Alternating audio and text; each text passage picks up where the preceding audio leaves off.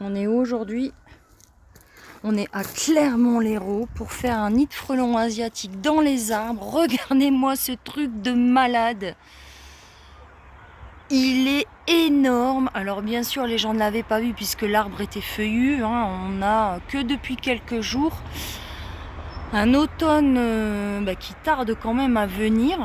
Et puis en sortant de la maison, ils se sont retrouvés face, en regardant en l'air en fait, face à ce nid qui est quand même assez... Il est énorme.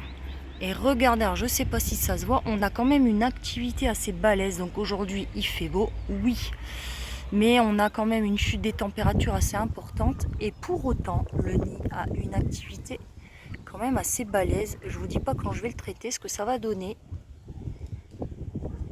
Il est incroyable.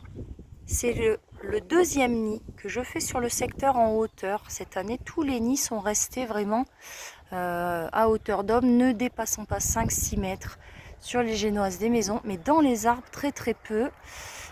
Donc là on est vers la route du lac, et route du lac du Salagou. Cette année j'en ai traité 15, 16 même je pense, ce qui est quand même assez énorme pour même pas 1 kilomètre de rue et de quartier.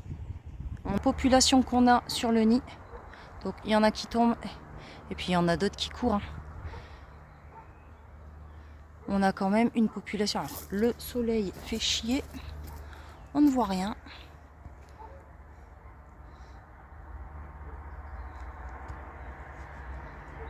Voilà, regardez.